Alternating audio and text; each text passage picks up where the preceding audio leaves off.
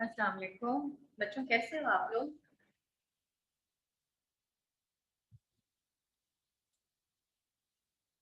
वालेकुम अस्सलाम मैम, आप कैसी हैं? ठीक है अल्हम्दुलिल्लाह। अल्हम्दुलिल्लाह ठीक ठाक। बस लेक्चर स्टार्ट करें, पहले ही थोड़ी सी देर हो गई है या वेट करूं अभी? Yes ma'am. चले स्टार्ट कर देते हैं। अच्छा, आज हमने बेटा पढ़ना है, दिस इज ऑल अबाउट, हमने बोन को शुरू किया था लास्ट टाइम, तो आज हम पढ़ रहे हैं जॉइंट्स।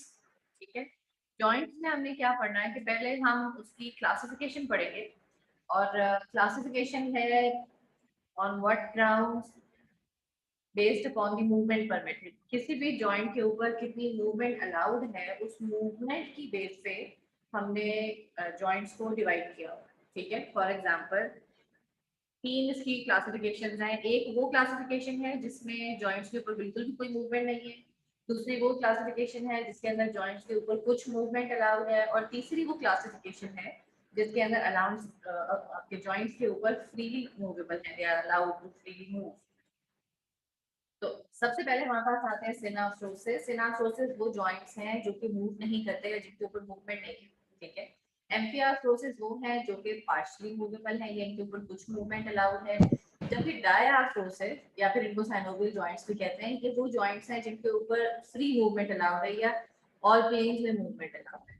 ठीक है, इसको हम एक एक करके देखते जाते हैं कि सिनाप्सोसिस क्या है और बाकी सारे क्या है। बेटा मेरी आवाज बहुत स्लो है या आप लोगों को क्लियर आ रही है? मैम क्लियर है। मैम क्लियर आ रही है। अच्छा, मैम पर थोड़ी सी स्लो है। मैम कम आ जाए।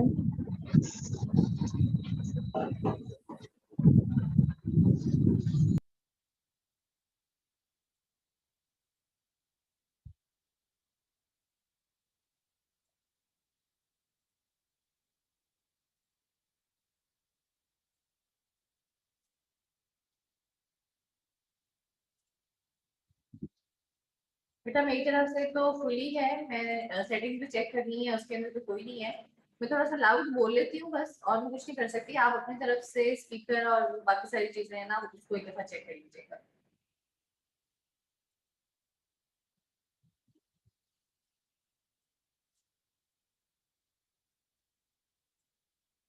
अच्छा जी, हम क्लासिफिकेशन पढ़ रहे थे सिनाप्सोसिस की।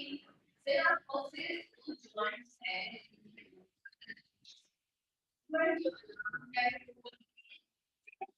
जॉइंट्स मूव नहीं करते, ये इमूवेबल जॉइंट्स हैं, और बेसिकली अगर मूव नहीं करते तो क्या करते हैं, शॉक एब्जॉर्प्शन करते हैं। ठीक है, स्टेबिलिटी प्रोवाइड करते हैं। और इसके अंदर दो टाइप्स हैं फर्दर, या सूचर्स होते हैं या फिर सिंडेस्मोसिस हैं। सूचर्स क्या होते हैं, स्कल के अंदर आपकी जो स्कल बोन्स हैं, टेम्पोरल बोन होगी, पैराइटल बोन होगी, ऑक्सीपिटल या फ्रंटल होगी, ये बोन्स जहां पे आपस में एक दूसरे के साथ यूनाइट करती हैं, उस जगह पे सूचर बनता है। सूचर बेसिकली आप ऐसे कह लें जैसे सर्जरी के बाद किसी जगह पे जो लगते हैं, स्टिचेस लगते हैं, उस तरह बड़े टाइटली पैक होते हैं ये सूचर्स।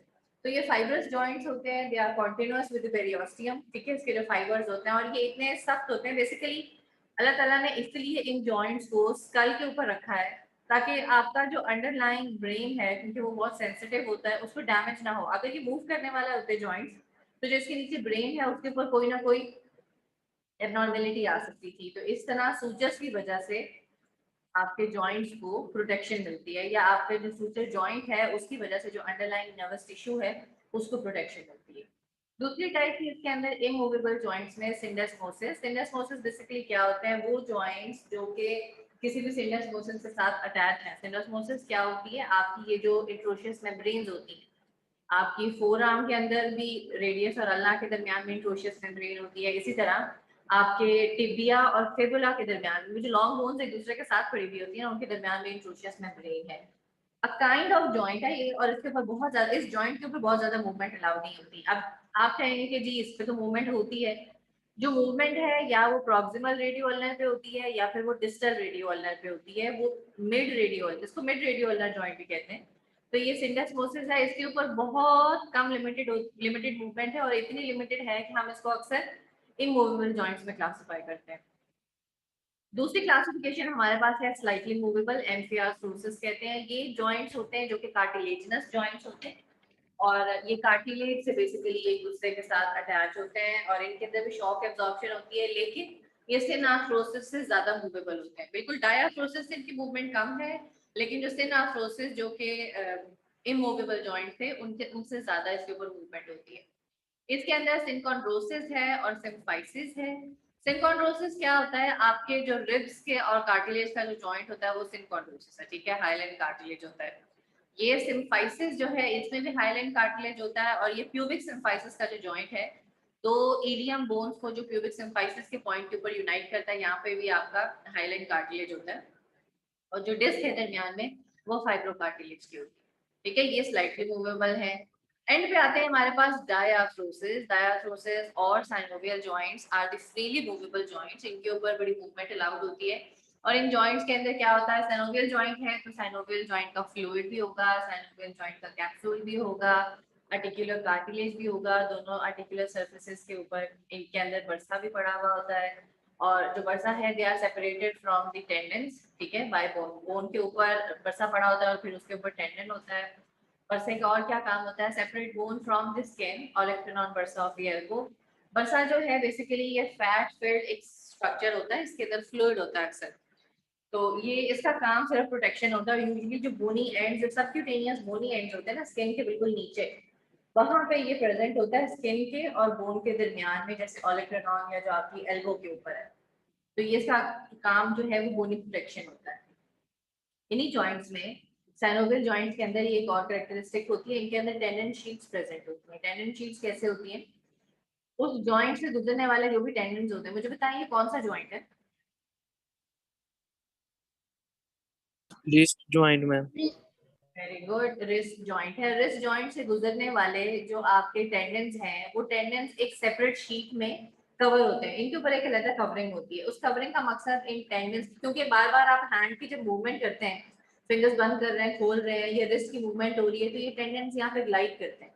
और इसके नीचे बोन्स, कार्पल बोन्स पड़ी हुई होती है, तो कार्पल बोन्स के साथ अगर बार बार एक टेंडन ग्लाइड करेगा तो फ्रिक्शन प्रोड्यूस होगी, और जो आपका टेंडन है वो डैमेज हो सकता है।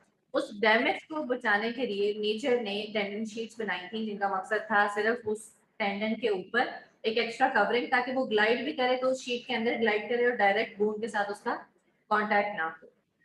एक और एग्जांपल साइनोवियल जॉइंट की, आपका नी जॉइंट है, बड़ा ही कॉम्प्लिकेटेड और एडवांस आपका एक साइनोवियल जॉइंट है। इनको फर्दर आगे साइनोवियल जॉइंट को क्लासिफाई किया जाता है, 5 और 6 इसकी डिविजन होती है। सबसे पहले है ग्लाइडिंग। ग्लाइडिंग वो जॉइंट्स होते हैं जिसके अंदर जो आर्टिकुलेटिंग सरफेस है, मतलब कि ये ग्लाइडिंग जॉइंट है, इसकी जो आर्टिकुलेटिंग सरफेसेस हैं दोनों ये फ्लैट है।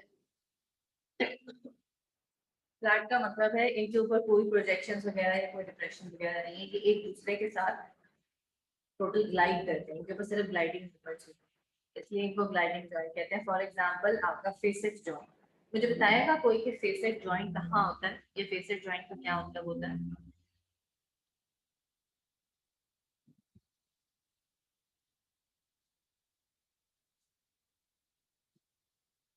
किस बॉडी पार्ट के अंदर होता है फेसेट जॉइंट।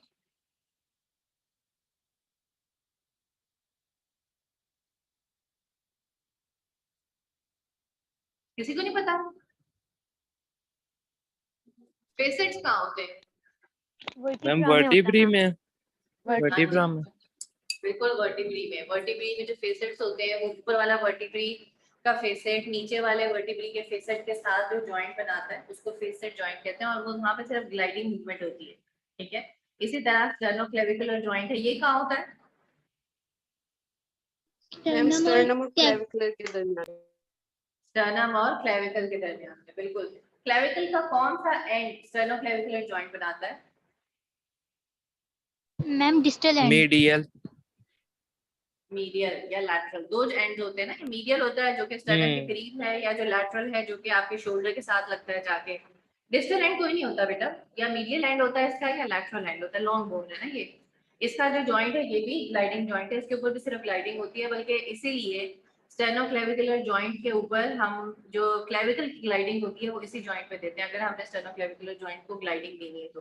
बेसिकली जब हम ग्लाइडिंग देते हैं ना, जॉइंट्स की जो मूवमेंट एक जॉइंट के ऊपर नॉर्मली अलाउड होती है, हम उसी मूवमेंट को मैनुअली एनहांस कर रहे होते हैं, जो मैनुअल थेरेपी के अंदर हम ग्लाइड देते हैं।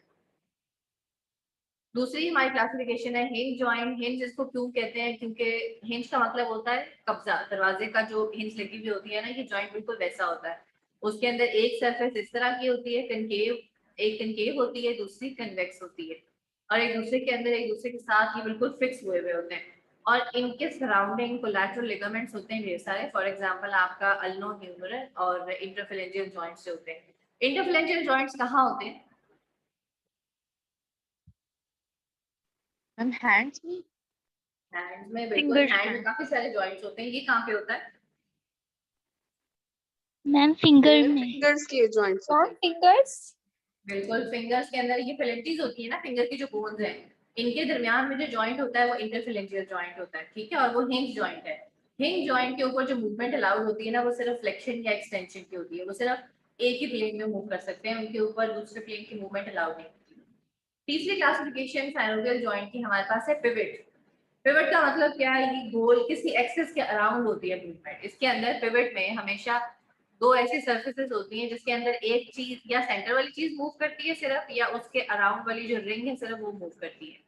इसके एग्जांपल है हमारे पास एटलांटो एक्सियल जॉइंट की। एटलांटो एक्सियल जॉइंट कहाँ होता है? एटलस है आपका, और उसके बाद जो आपकी एक्सिस जो बोन है उसके दरमियान में होता है। तो इनके दरमियान में एक इस तरह मूव करता है, या सिर्फ ये मूव करेगा या सिर्फ उसके अराउंड जो रिंग है वो मूव करेगी। दूसरी एग्जांपल हमारे पास रेडियोलर जॉइंट की है। रेडियोलर जॉइंट बेसिकली रेडियस के अराउंड एक रिंग बन जाती है, उसके अंदर अल्ना मूव करती है, या अल्ना रिंग बनाती है और रेडियस का हेड उसके अंदर मूव करता है। फिर आती है हमारे पास कॉन्डोलॉइड या फिर एलिप्सॉइड जॉइंट। इसके अंदर भी एक अंडे जैसी शेप होती है, ठीक है, ओवल होती है। ये याद रखिएगा।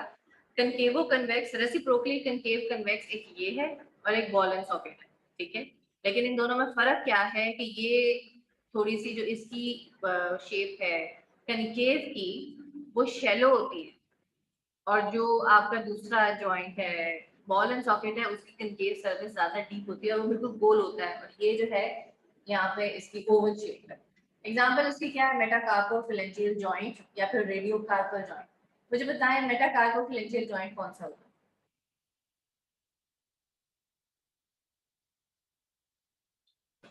मैम मैम जो ये जो मेटाकार्पल्स और फिलेंजियल्स के दरमियान में होता है। मेटाकार्पल्स होती हैं। दूसरा उसके साथ कहाँ पे मेटाकार्पल्स के कौन से एंड पे जॉइंट बन रहा होता है? ये प्रॉक्सिमल। डिस्टल एंड पे या प्रॉक्सिमल एंड पे? फिलिंजिस का प्रोक्सिमल होता है और मेटाकार्पल का डिस्टल। हाँ, मेटाकार्पल का डिस्टल होता है और फिलेंजिस का प्रॉक्सिमल होता है, बिल्कुल। मेटाकार्पोफिलेंजियल जॉइंट वो है जहाँ पे आपकी नकल्स बनती है। आपकी जो नकल्स होती है ना, जो मुक्का मारने के लिए इस्तेमाल करते हैं, वो मेटाकार्पोफिलेंजियल जॉइंट होता है। वहाँ पे मेटाकार्पोफिलेंजिस के साथ जॉइंट बनाती है, वो कॉन्डलाइट जॉइंट, ठीक है। अगली दफा किसी को मुक्का मार के उसको बताना कि मैंने तुम्हें कॉन्डलाइट जॉइंट बना बना मारा, तो पता नहीं लगेगा, ना तो उसको मुक्के का पता लगेगा ना उसका पता लगेगा, ठीक। उसके बाद है सैडल जॉइंट। सैडल जॉइंट क्या होता है कि ये आपका, इसको सैडल जॉइंट इसलिए कहते हैं क्योंकि जो घोड़े की एक उसके ऊपर रखी जाती है ना सैडल होती है, जो उसकी सीट होती है, उसकी शेप बिल्कुल ऐसे होती है, इस जॉइंट की जैसे होती है, इसलिए इसको सैडल जॉइंट कहते हैं। इसमें राइडिंग सैडल जैसी इसकी सीट होती है, सीट की जैसी इसकी शेप होती है। इसके ऊपर रेंज थोड़ी सी ज्यादा अलाउड होती है as compare to previous joints, लेकिन बहुत ज्यादा फ्रीली मूव और फिर भी नहीं गई है। Carpometacarpal joint of the thumb, ये कार्पल्स और मेटाकार्पल्स के दरमियान में, ये बिल्कुल रिस्ट के पॉइंट के ऊपर जहाँ पे कार्पल बोन्स होती है रिस्ट पे, वहां पे, और थंब की जो फर्स्ट मेटाकार्पल है इसके दरमियान में जो जॉइंट बनता है ना, जहाँ पे स्नफ बॉक्स भी होता है आपका, कार्पो मेटाकार्पल जॉइंट वहां पर।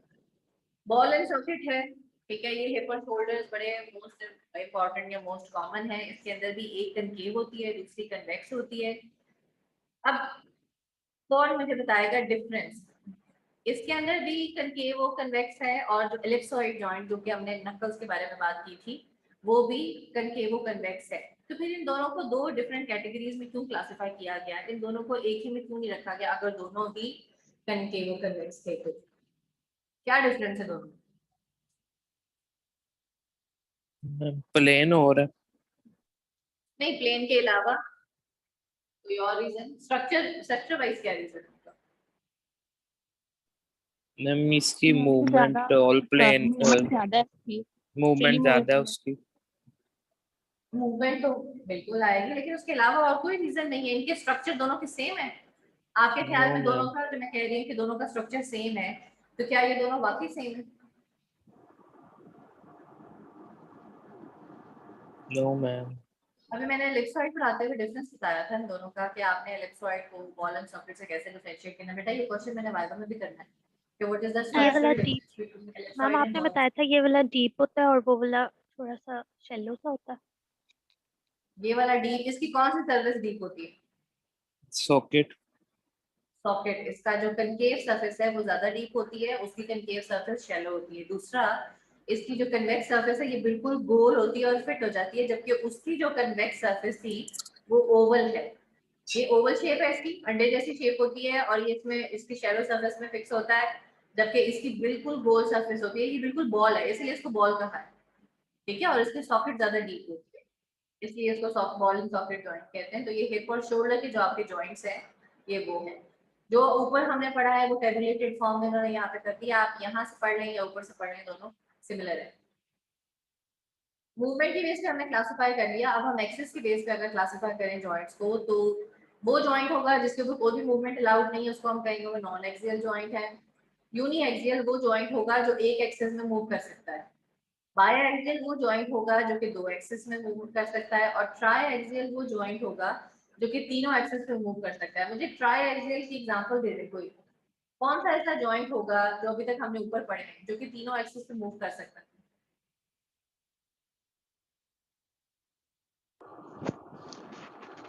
Saddle ma'am. कौन सा वाला? Saddle joint? Yes ma'am. Saddle के कंपैरेटिव ये लिखा है ना, rotation in all planes is possible. Ball and socket. ठीक है, बॉल एंड सॉकेट जॉइंट है जो कि ट्राई एक्सियल जॉइंट में कंसीडर। डिग्री ऑफ फ्रीडम भी वही चीज है कि जी किसी जॉइंट के ऊपर कौन से कितने प्लेन्स की मूवमेंट अलाउड है। अगर एक प्लेन की मूवमेंट अलाउड है तो उसको हम कहेंगे डिग्री ऑफ फ्रीडम 1 मेरा है। पंखा चला मुझे लगा अगर गर्मी आपको नहीं आई ना एकदम। अगर दो प्लेन्स में मूवमेंट अलाउड है तो हम कहेंगे उसका डिग्री ऑफ फ्रीडम 2 है। और अगर 3 प्लेन्स में मूवमेंट अलाउड है तो डिग्री ऑफ फ्रीडम 3 है। अच्छा, अब मुझे इस बात का जवाब दें कि डिग्री ऑफ फ्रीडम 3 है तो वो कौन सा एक्सियल जॉइंट होगा? Ma'am try axial. Triaxial. Very good, try axial. Articular cartilage होता है साइनोवियल जॉइंट के अंदर। आर्टिकुलर कार्टिलेज बेसिकली क्या होता है, ये रीड आप लोग कर लीजिएगा, मैं आपको समझा देती हूँ। ये बॉल एंड सॉकेट है, हिप जॉइंट है, ठीक है। ये फीमर की बॉल बना रही है और सॉकेट आपकी जो है ये बनाती है, हिप बोन बनाती है। इसके अंदर जो सरफेसेस जो जॉइंट बनाती है ना, उनकी प्रोटेक्शन के लिए उनके ऊपर से उस सरफेस के ऊपर जिसके ऊपर आर्टिकुलेट करना है वहां पे एक कार्टिलेज लगा हुआ होता है। कॉन्ड्रोसाइट्स हैं जो कि उस कार्टिलेज को बनाते हैं, उसको कहते हैं आर्टिकुलर कार्टिलेज, ठीक है। इसका मकसद क्या होता है? वियर एंड टियर से जॉइंट को बचाता है और डिजीज का, इंजरी का या कोई और चांसेस हैं उसको कम करता है। जो आर्थराइटिस होता है ना किसी भी जॉइंट का, उसके अंदर आर्टिकुलर कार्टिलेज डिस्ट्रॉय होना शुरू होता है, स्पेशली ऑस्टियोआर्थराइटिस जो होता है उसमें आर्टिकुलर कार्टिलेज डिस्ट्रॉय होता है। तो उसके बाद जब कार्टिलेज नहीं है, बोन प्रोटेक्ट नहीं होगी, फिर बोन एक दूसरे के साथ फ्रिक्शन प्रोड्यूस करती है, उनका रगड़ा लगता है आपस में और बोन जो है वो हमारे डिस्ट्रॉय होने शुरू हो जाते हैं।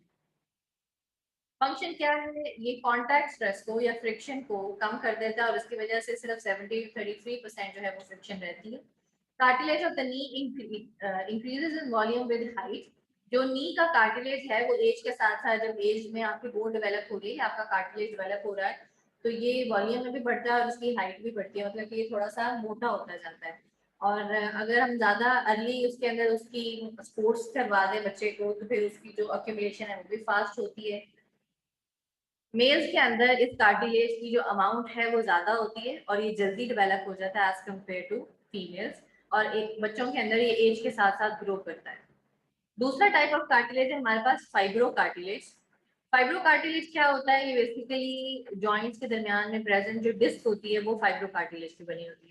मुझे एग्जांपल दें, आपको कौन सा जॉइंट का ऐसा पता है जिसके अंदर डिस्क है? मैम वर्टिब्रास में डिस्क होती है। ठीक है, बिल्कुल। और कोई वर्टिब्री के अलावा? Ball and socket knee joint knee joint में डिस्क नहीं होती? होती है। कहाँ पे होती है? फाइब्रो कार्टिलेज होती है। वो फाइब्रो कार्टिलेज की बनी हुई होती है। और डिस्क को क्या कहते हैं जो नी जॉइंट में होती है? नी जॉइंट के डिस्क का क्या नाम है? मैम मनिस्का कहते हैं, मनिस्का है। वेरी गुड, मनिस्का है। मुझे शक होने लगा था तुम लोगों को एनाटॉमी बिल्कुल नहीं आता। एकदम जवाब दिया, बिल्कुल जो मनिस्का होती है वो फाइब्रोकार्टिलेज की होती है। एक एग्जांपल हमने ऊपर भी डिस्कस की थी फाइब्रोकार्टिलेज की। एक जॉइंट होता है जिसके अंदर फाइब्रोकार्टिलेज की डिस्क होती है पड़ी।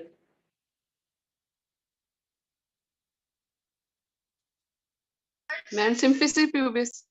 वेरी गुड, मैम बिल्कुल। ये जो दरमियान में डिस्क होती है इसकी पड़ी हुई फाइब्रोकार्टिलेज की, ठीक है। और फाइब्रोकार्टिलेज से पहले जो इस जॉइंट के ऊपर अपना वो है वो हाइलन कार्टिलेज लगा, ठीक है। आर्टिकुलर फाइब्रोकार्टिलेज वो होता है जो कि जॉइंट्स के दरमियान में प्रेजेंट है। मकसद इन डिस्क का क्या होता है, लोड की डिस्ट्रीब्यूशन करता है जॉइंट के ऊपर। मतलब कि अगर एक जॉइंट एक जगह पे लोड पड़ रहा है तो उस लोड को जो डिस्क है उस लोड को इक्वली पूरी जॉइंट पे डिस्ट्रीब्यूट कर देती है ताकि कोई एक सरफेस जो है वो ज्यादा खराब ना हो, ठीक है। आर्टिकुलेशंस की फिट इंप्रूव हो जाती है। ऐसी बात है दरमियान में कोई लगी है तो अब आर्टिकुलेटिंग सरफेसेस जो है वो यूज नहीं होंगे, वो एक दूसरे के साथ पक्की हो जाती हैं और फिर उनके अंदर जो है इंजरी के चांसेस कम हो जाते हैं। Limiting the slip between articulating bones को लूज होने से बचा लेती है। जॉइंट पेरिफेरी को प्रोटेक्ट करती है, जॉइंट को लुब्रिकेट करती है। लुब्रिकेट का मतलब क्या होता है, जैसे आप किसी चीज को तेल देते हैं, किसी मशीनरी को तेल देते हैं, लुब्रिकेशन कहते हैं उसको। तो इसी तरह आपके जॉइंट्स के अंदर जितनी अच्छी लुब्रिकेशन होगी उसके ऊपर मूवमेंट उतनी स्मूथ होगी। और ये लुब्रिकेशन कौन प्रोवाइड करता है, आपकी जो डिस्क होती है जॉइंट के अंदर प्रेजेंट। और वो डिस्क किस कार्टिलेज की बनी हुई होती है? फाइब्रोकार्टिलेज। वेरी गुड, फाइब्रोकार्टिलेज की बनी हुई। Absorbing the shock at joint, इसका काम शॉक एब्जॉर्प्शन का भी होता है, ठीक है। आपके वर्टिब्रेज के दरमियान में जो डिस्क हैं वो कुशन प्रोवाइड करती हैं, स्ट्रेस को रिड्यूस करती हैं, आपके वर्टिब्रेज जो बोन्स हैं उनको बचाती हैं फाइब्रोकार्टिलेज की। आर्टिकुलर कनेक्टिव टिश्यू, इसके अलावा जॉइंट में क्या चीजें होती हैं? टेंडन होता है, लिगामेंट होता है, ठीक है। टेंडन आपके टेंडन और लिगामेंट में क्या डिफरेंस होता है आप बताएं मुझे। मैंने बताया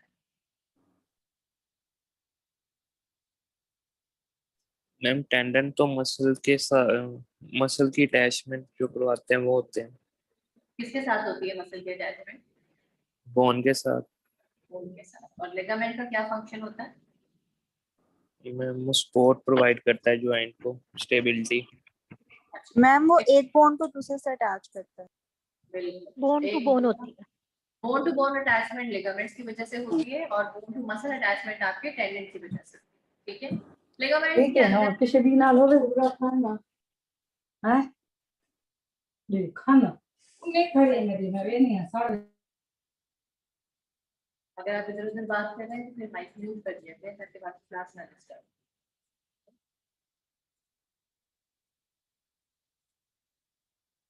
आपके जो टेंडन्स होते हैं उनके अंदर कॉन्ट्रैक्टिंग एबिलिटी होती है, लेकिन लिगामेंट्स कॉन्ट्रैक्ट नहीं करते, ये एक्सटेंड कर जाते हैं थोड़े से। इनके अंदर एबिलिटी होती है स्ट्रेच करने की। और अगर लिगामेंट्स इंजर हो जाए तो वो सिर्फ सर्जरी के थ्रू ट्रीट होते हैं। इनके अंदर हाइपोट्रोफी और एट्रोफी ब्रीड होती है। हाइपोट्रोफी क्या होती है, ये ज्यादा सेल बन जाए तो ये बड़ा भी हो जाता है। और एट्रोफी क्या है, अगर इसको इस्तेमाल ना किया जाए तो ये कुछ अर्से बाद डिस्ट्रॉय हो जाता है या ये खत्म हो जाता है, ठीक है। वो एट्रोफी भी होती है। जॉइंट स्टेबिलिटी है, क्या चीज होता है? जॉइंट स्टेबिलिटी का मतलब होता है कि एक जॉइंट इंजरी के अगेंस्ट कितना स्टेबल है, या जब जॉइंट के ऊपर मूवमेंट हो रही है, ये भी तो हो सकता है ना, मूवमेंट हुई, बोन मूव की, बोन निकल के बाहर आ गई। वो बोन क्यों निकल के बाहर नहीं आती और जॉइंट तो एक दूसरे के साथ जुड़ी रहती है? क्योंकि वो जॉइंट की स्टेबल होता है। अब ये स्टेबिलिटी कौन प्रोवाइड करता है, या कौन से फैक्टर्स हैं जो कि जॉइंट स्टेबिलिटी को इंक्रीज करते हैं? उसके अंदर पहला फैक्टर है जनाब आपकी shape of the articulating bones. आपकी बोन्स की शेप जितनी एक दूसरे जैसी शेप होगी वैसी स्टेबिलिटी होगी। क्यों? क्योंकि बोन जितनी एक दूसरे के साथ टाइटली पैक होगी, जिसको हम कहते हैं क्लोज पैक पोजीशन, वो जितनी टाइटली एक दूसरे के साथ पैक होगी उतनी ही मूवमेंट के दौरान वहां पर डिसलोकेशन के चांसेस कम है। और इन अदर वर्ड हम कहेंगे कि मूवमेंट के दौरान उतना ही वो जॉइंट स्टेबल है। उसके कंपैरेटिव जो आपकी लूज पैक पोजीशन होती है उसके अंदर जो जॉइंट है वो एक दूसरे के साथ टाइटली पैक नहीं होता, या जो जॉइंट सर्फेसेस हैं इसके अंदर अगर आप एक्सट्रीम कोई मूवमेंट करवाते हैं तो जॉइंट पे डिसलोकेशन या सबलक्सेशन हो सकती है। मुझे बताएं, आप लोगों ने क्लोज पैक और ओपन पैक पोजीशंस पढ़ी हैं किसी और सब्जेक्ट में? काइनी में पढ़ी होंगी, यस मैम। ठीक है। इसलिए मैं ज्यादा डिटेल में नहीं जा रही, हम सिर्फ बेसिकली स्टेबिलिटी को डिस्कस कर रहे हैं। उसके अंदर फैक्टर आया कि स्टेबिलिटी क्लोज पैक पोजीशन में, मुझे बताएं, ज्यादा होगी या कम होगी? मैक्सिमम ज्यादा होगी। स्टेबिलिटी ज्यादा होगी, लूज पैक पोजीशन में स्टेबिलिटी कम होगी। ठीक है, shape of the articulating bones हमने कहा कि हिप जॉइंट ज्यादा स्टेबल है as compare to shoulder joint, हालांकि दोनों आपके बॉल एंड सॉकेट है। अब क्यों दोनों बॉल सॉकेट है लेकिन फिर भी आपका हिप जॉइंट ज्यादा स्टेबल है और आपका शोल्डर जॉइंट लेस स्टेबल है? आपको पिक्चर्स में देखेंगे हिप जॉइंट है और ये शोल्डर जॉइंट है। आप पिक्चर्स में मुझे देख के बताएं कि आपको क्या रीजन लग रहा है कि why is hip joint more stable then shoulder joint?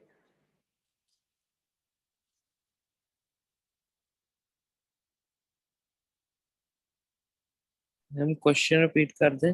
Ma'am ma'am जो बेटा मैंने क्वेश्चन ये किया है कि दोनों बॉल एंड सॉकेट है, आपका हिप जॉइंट भी बॉल एंड सॉकेट है, आपका शोल्डर जॉइंट भी बॉल एंड सॉकेट है, लेकिन इसके बारे में कहा जा रहा है कि hip joint is more stable then shoulder.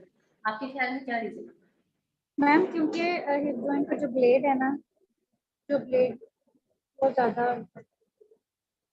Comfortable.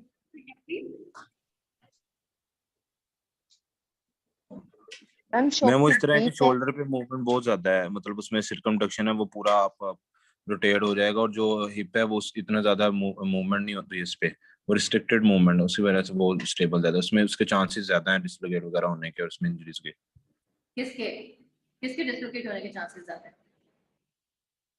Shoulder के। शोल्डर वाले। सबा ने थोड़ा सा मुझे काफी करीब की तरफ आंसर दिया है। मैम जी बेटा। मैम मैम पेट हिप में एक जॉइंट joint ज्यादा है। डीप होता है और उसके जो कार्टिलेज होता है वो ज्यादा स्ट्रांग होता है। कौन ज्यादा डीप होता है, हिप वाला या शोल्डर मैम वाला? Hip joint. गुड। बेसिकली सबा ने भी यही, हमें सबा शेख ने भी यही आंसर दिया है कि जो सॉकेट है वो दोनों में से किसकी ज्यादा डीप है, शोल्डर की या हिप की? मैम हिप के। हिप की। हिप की सॉकेट ज्यादा डीप है तो उसकी वजह से जो आपकी बॉल है हिप की वो बड़ी अंदर तक चली गई है और वो उसके साथ पैक हो गई है, जबकि उसके कंपैरेटिव है ये भी बॉल एंड सॉकेट, लेकिन इसकी सॉकेट इसके कंपैरेटिव थोड़ी सी शैलो है, इसके अंदर ह्यूमरस फिक्स नहीं हो गई, उसके साथ जरूर लगी है। बाकी अगर सैडल जॉइंट से आप कंपेयर करें या एलिप्सॉइड जॉइंट से कंपेयर करें तो डेफिनेटली इसकी ज्यादा ही है स्टेबिलिटी या शैलो नहीं है, लेकिन अगर इन दोनों को आपस में कंपेयर करें तो ये डिसलोकेट ज्यादा जल्दी होता है, इसीलिए शोल्डर की डिसलोकेशन ज्यादा होती है as compare to hip dislocation. ठीक है, वजह यही है कि इनकी शेप ऐसी है, अल्लाह ताला ने नेचुरली दोनों जॉइंट्स ऐसे बनाए हैं कि इन हिप की जो बॉल है वो अंदर तक चली जाती है और वो बिल्कुल स्टेबल है। इसके लिगामेंट्स वगैरह भी एडिशनल अटैचमेंट होती है, वैसे लैब्रम तो यहाँ भी होता है, लेकिन इसकी शेप की वजह से ये थोड़ा सा लेस स्टेबल है as compare to hip joint. ठीक है, उसके अलावा स्टेबिलिटी कौन करता है? आपके जो लिगामेंट्स या जो मसल्स होते हैं, और शोल्डर के मसल्स बड़े, रोटेटर कफ टेंडेंस का आपको पता होगा कि रोटेटर कफ टेंडेंस जो है वो आपके इतने वेल डेवलप्ड होते हैं कि वो आपके शोल्डर के साथ अटैच होते हैं, तो वो आपको शोल्डर को डिसलोकेशन से बचाते हैं। इसी तरह आपके जो नी जॉइंट के लिगामेंट्स हैं वो भी बहुत ज्यादा स्ट्रॉन्ग लिगामेंट्स हैं और बहुत सारे लिगामेंट्स और मसल्स अटैच होते हैं, जिसकी वजह से जो जॉइंट पे स्टेबिलिटी है वो ज्यादा होती है। ठीक है, और अगर मसल्स या लिगामेंट्स वगैरह फटीग हो तो फिर इंजरी के चांसेस बढ़ जाते हैं। At the knee joint, stability is level primarily derived from the tension in the ligaments and muscles that cross the joint. जितने इसके ऊपर टेंडन लिगामेंट्स वगैरह अटैच होंगे उतना ज्यादा वो जॉइंट को स्टेबल रखेंगे। Stretching or rupturing of the ligaments at a joint can result in abnormal motion of the articulating bone ends with subsequent damage to the articular cartilage. अगर ज्यादा stretch कर जाए या फिर rupture हो जाए ligament किसी joint के ऊपर तो स्टेबिलिटी नहीं होगी या स्टेबिलिटी खत्म हो जाएगी। स्टेबिलिटी खत्म हो गई तो फिर एबनॉर्मल मूवमेंट होगी, हाइपर मोबिलिटी होगी उस जगह पे, और अगर हाइपर मोबिलिटी होगी तो डिसलोकेशन भी हो सकती है, आपका डैमेज आर्टिकुलर कार्टिलेज भी डैमेज हो सकता है और कोई और फ्रैक्चर वगैरह भी हो सकता है। दूसरे कनेक्टिव टिश्यू जो किसी भी जॉइंट के ऊपर होते हैं वो फेशियाज होते हैं, जैसे आपका आईटी बैंड है। मुझे बताइए ये कौन सा जॉइंट नी जॉइंट। है और यहाँ पे कौन सा जॉइंट होगा? Hip joint. जॉइंट। ये जो व्हाइट कलर का है ना ये आईटी बैंड है, इलियोटिबियल बैंड कहते हैं, ये आपकी नी जॉइंट के ऊपर लैटरल साइड पे अटैच होता है, इलियम से जो है वहां से शुरू होकर आता है। तो ये फेशिया या ये जो कनेक्टिव टिश्यूज होते हैं ये भी आपके जॉइंट को प्रोटेक्ट करते हैं, मतलब ये एक एक्स्ट्रा स्टेबिलिटी या एक्स्ट्रा प्रोटेक्शन प्रोवाइड करते हैं। स्टेबिलिटी हमने पढ़ ली, अब हम कॉमन जॉइंट इंजरीज की तरफ आते हैं कि कौन कौन से कॉमन जॉइंट इंजरीज होती हैं। कॉमन जॉइंट इंजरीज कौन सी हैं जनाब? या स्ट्रेन हो सकता है, या डिस्लोकेशन हो सकती है, आर्थराइटिस या बर्साइटिस वगैरह हो सकता है। इनको इंडिविजुअली देख लेते हैं क्या चीज़ है। स्ट्रेन होता है लिगामेंट का, याद रखिएगा दो टर्म्स पढ़ेंगे आप, एक स्ट्रेन पढ़ेंगे और आप एक स्ट्रेन पढ़ेंगे, ठीक है। स्ट्रेन हमेशा पी वाला स्ट्रेन हमेशा आपके लिगामेंट्स का होता है, और वही चीज happening, same thing happening in the muscle is known as strain, ठीक है। क्या होता है बेसिकली, अगर ट्विस्टिंग हो जाए ज्यादा बोन्स की, तो अगर आपका लिगामेंट स्ट्रेच, जैसे कहते हैं ना मोच आगे पाँव में, वो स्ट्रेन होता है, एंकल स्ट्रेन होता है। उसके अंदर बेसिकली क्या होता है, जो लिगामेंट्स वगैरह अटैच होते हैं ना, अगर यहाँ पे कोई लिगामेंट का मूवमेंट ऐसी हो गई कि वो लिगामेंट एक्सेसली स्ट्रेच कर गया, ज्यादा खुल गया, तो फिर उसमें कहते हैं स्ट्रेन, स्ट्रेन हो गया। ये स्ट्रेन 3 डिग्री का होता है। अगर तो माइल्डली एक्स्ट्रा स्ट्रेच हुआ है तो वो फर्स्ट डिग्री है, सेकेंड डिग्री होता है ब्रूजिंग, स्वेलिंग या पेन वगैरह इससे ज्यादा होती है। थर्ड डिग्री होता है जिसके अंदर टीयर हो जाता है, ठीक है। आपके लिगामेंट में इतनी जोर से स्ट्रेच होता है कि वहां पे आपका लिगामेंट टीयर कर जाता है, तो इसकी इंस्टेबिलिटी इसमें ज्यादा होती है, इसमें पेन और स्वेलिंग वगैरह भी ज्यादा होती है।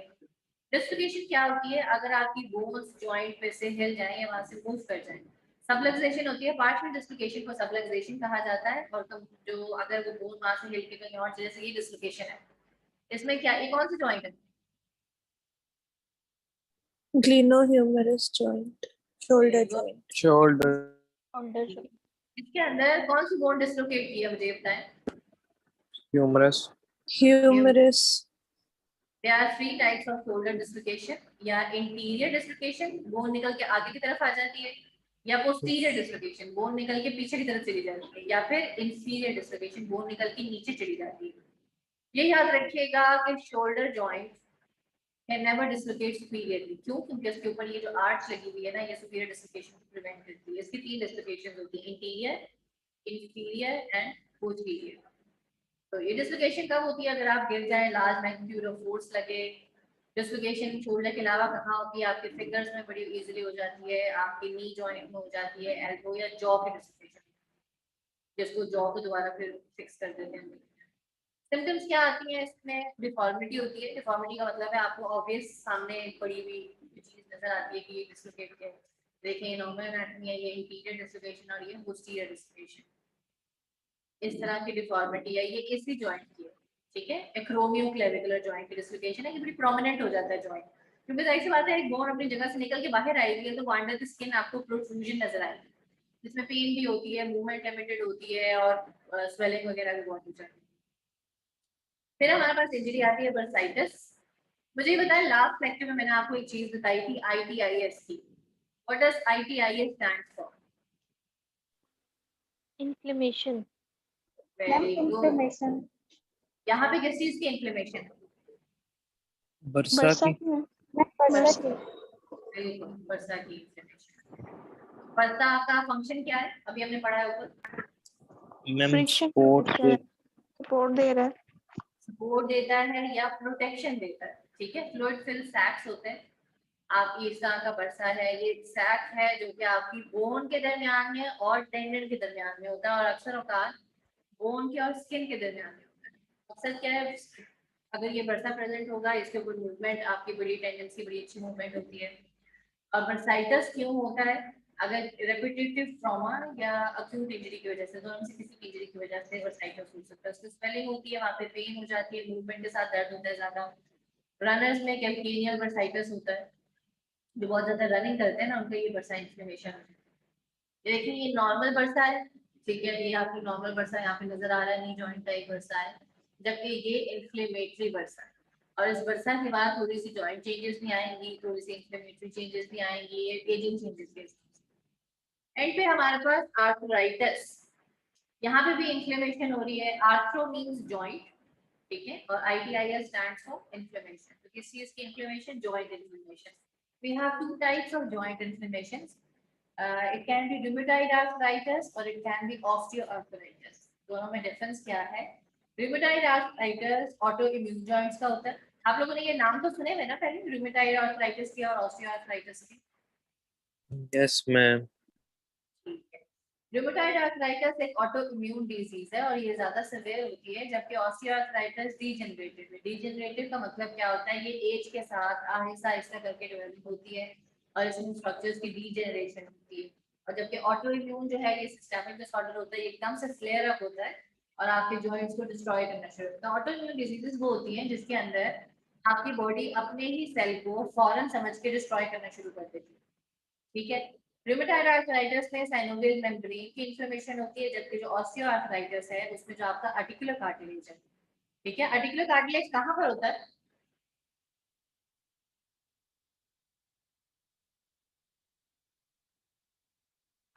बोन के ऊपर ही होता है मैम, कैप्सूल से ऊपर।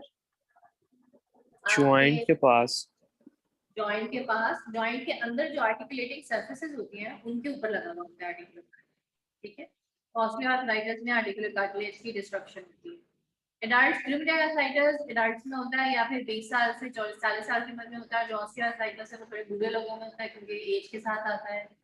इसमें इन्फ्लेमेशन है, कार्टिलेज डिस्ट्रक्शन है, pain and loss of range of motion है। सेम सिम्टम्स आपके ऑस्टियोआर्थराइटिस में भी होती, लेकिन इन दोनों के दरमियान में डिफरेंस क्या होता है कि यहाँ पे इवनिंग स्पाज्म आता है या इवनिंग पेन आती है, जबकि रूमेटॉइड आर्थराइटिस में जो स्पाज्म होता है वो मॉर्निंग स्पाज्म होता है। दूसरा, इसके अंदर जो जॉइंट्स इन्वॉल्व होते हैं रूमेटॉइड में वो स्मॉल जॉइंट्स है, for example your hands, your foot, जितने भी स्मॉल जॉइंट्स है वो इन्वॉल्व होते हैं पहले।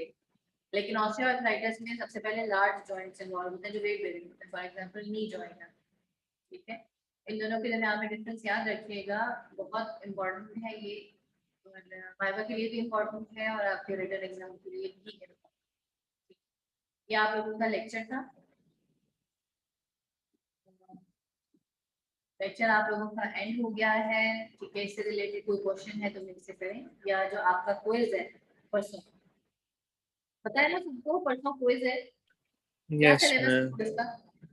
1 to 5 लेक्चर। 1 to 5 क्या फॉर्मेट है क्विज का? किस तरह के क्वेश्चन होंगे? MCQs। एमसीक्यूज होंगे। कहाँ पर होगा? LMS पे। कितने बजे होगा? मैम क्लास टाइम नहीं यार, शाम को, शाम में होगा। शाम को 6 संडे को बजे। 6:30 बजे। ठीक है, 6 बजे या 6:30 बजे। मैं 6 बजे रखूंगी, 6:30 नहीं रखूंगी क्योंकि उस दिन क्लास तो खुल होती है। मैं ईमेल भी कर दूंगी आप लोगों को, लेकिन वो इसके टाइम पे ही कर दूंगी। ये चीजें मैं आप लोगों को पहले बता चुकी हूँ और एलएमएस पे भी डाल चुकी हूँ। और बेटा मुझे एक कंफ्यूजन है शायद आप लोगों को, एलएमएस के ऊपर जो पीपीटीज है ना वो स्टडी मटेरियल की जो हेडिंग है ना उसके अंदर पड़ी हुई। आप लोगों को वो शायद मिलती नहीं, वहाँ पे नहीं कोई देखता जाके। किसी ने अगर पीपीटी को एक्सेस करना है तो वो स्टडी मटेरियल्स के अंदर अपलोडेड है, वहाँ खोल के फिर उसमें से, ठीक है। और एलएमएस चेक कर लीजिएगा कि आप लोग सारे एनरोल्ड है वहाँ पे कि नहीं। अगर नहीं है तो मुझे ईमेल करें ताकि मैं आपको टाइमली इंक्लूड करूँ। मैंने अपनी तरफ से सबको कर दिया है, अगर आप नहीं है तो मुझे बताएं। ये ना हो कोई गुजर जाए बाद में एंड पे आपने मुझे तक नोटिस नहीं किया। हाँ जी नगीना बेटा, क्विज जो है आपका एलएमएस पे होगा, एमसीक्यूज होंगे और उसका टाइम शाम को 6 बजे होगा संडे को। मैंने एलएमएस के ऊपर अनाउंसमेंट्स में ये सारी डिटेल्स लिख के भी डाली है, वहां से भी देखिए।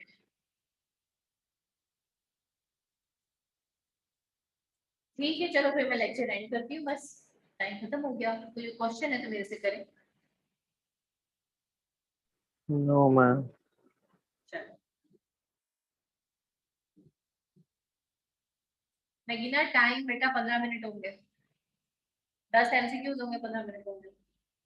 10 एमसीक्यूज होंगे या 15 एमसीक्यूज होंगे, हर उसके पे 1 मिनट दूंगी मैं, और थोड़ा सा 5 मिनट में एक्स्ट्रा दे दूंगी ताकि आपको ऑन करके और ऑफ करके जो मसला ना हो। और मेरे साथ इस तरह की चलाकियां नहीं करनी है किसी ने भी कि एलएमएस बंद हो गया था और लॉग आउट हो गया था, ये हो गया था। एलएमएस के अंदर अब ये सब कुछ भी नहीं होता, ठीक है।